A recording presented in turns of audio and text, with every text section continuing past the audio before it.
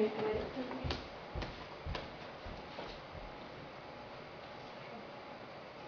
were standing next to an elderly man at the cash register when you notice that he drops the change that the cashier hands to him. He bends down, but he struggles to pick up the change. Would you be inclined to help him pick it up? A homeless man approaches you and asks you if you could please buy him something to eat. Is this something that you would spend your money on? If you saw a young girl wandering the store by herself, would finding her parents become a priority for you? A pregnant woman steps on a crowded bus and you notice that there's not a seat for her. Would you offer her a seat? These are everyday happenings that are too often overlooked and ignored by the young people of today's society.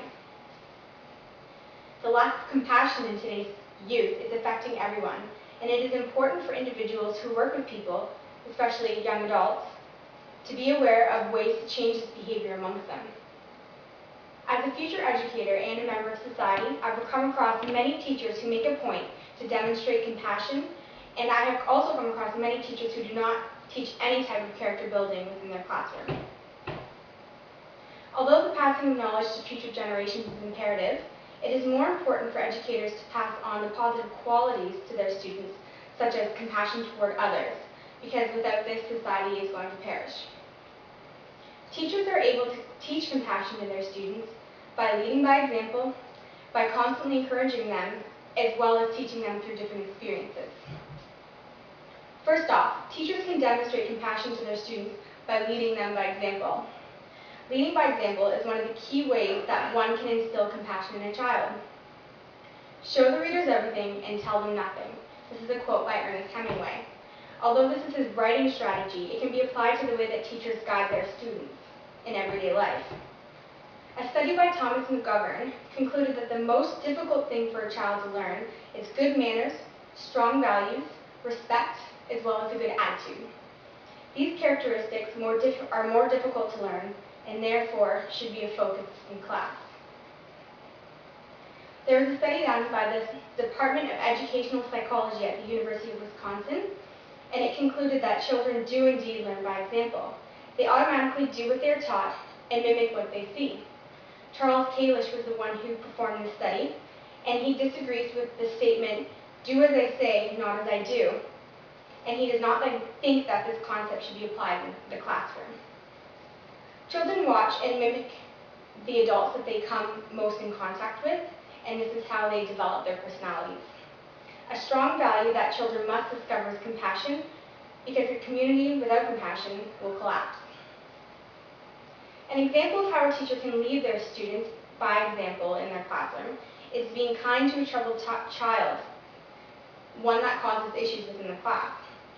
Students will recognize that the teacher is being kind and compassionate, and they will do the same to the other people around them.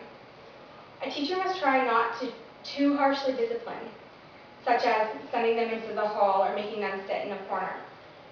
Children that see this type of behavior will then mimic this, and they'll begin to isolate people who present challenges in their lives. The second way that teachers can demonstrate compassion toward their students is by being a constant encouragement to them. Picture a student who struggles a lot with reading. He begins to get really frustrated. He acts out toward the two boys that are sitting next to him. He slams down the book on the floor and yells at them for distracting him. The teacher then pulls him aside, identifies the struggle, and then encourages him to keep going. You have to sit down with him and help him through his strengths and point them out to him. You have to encourage him to react differently, and then at this point, the boy will in turn apologize for the way that he reacted.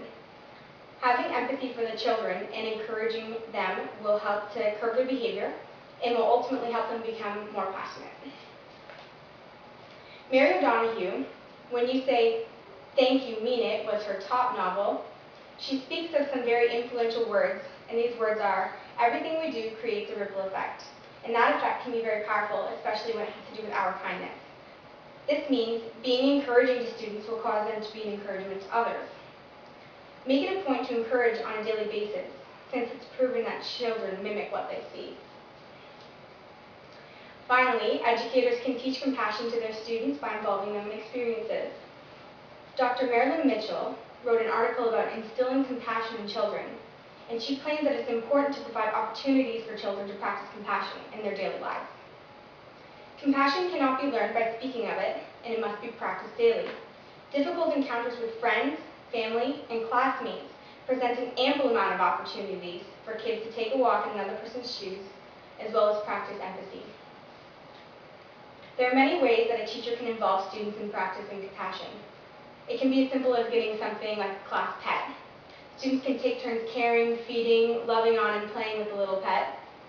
And it's a simple action of caring for something else without anything in return, and this would give the satisfying emotion of feeling useful and capable.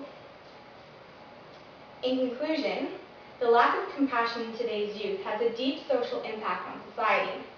Life can be trying, challenging, and difficult, and human compassion makes those times more bearable. Teaching compassion to future generations is key to a healthy world. Educators are able to teach compassion to their students by leading them by example and by constantly encouraging them, as well as teaching them through different experiences. Dr. Donald Alban wrote in his book that God values the compassion we offer to the homeless, widowers, prisoners, the fatherless, strangers, the sick and the wounded, and finally for children.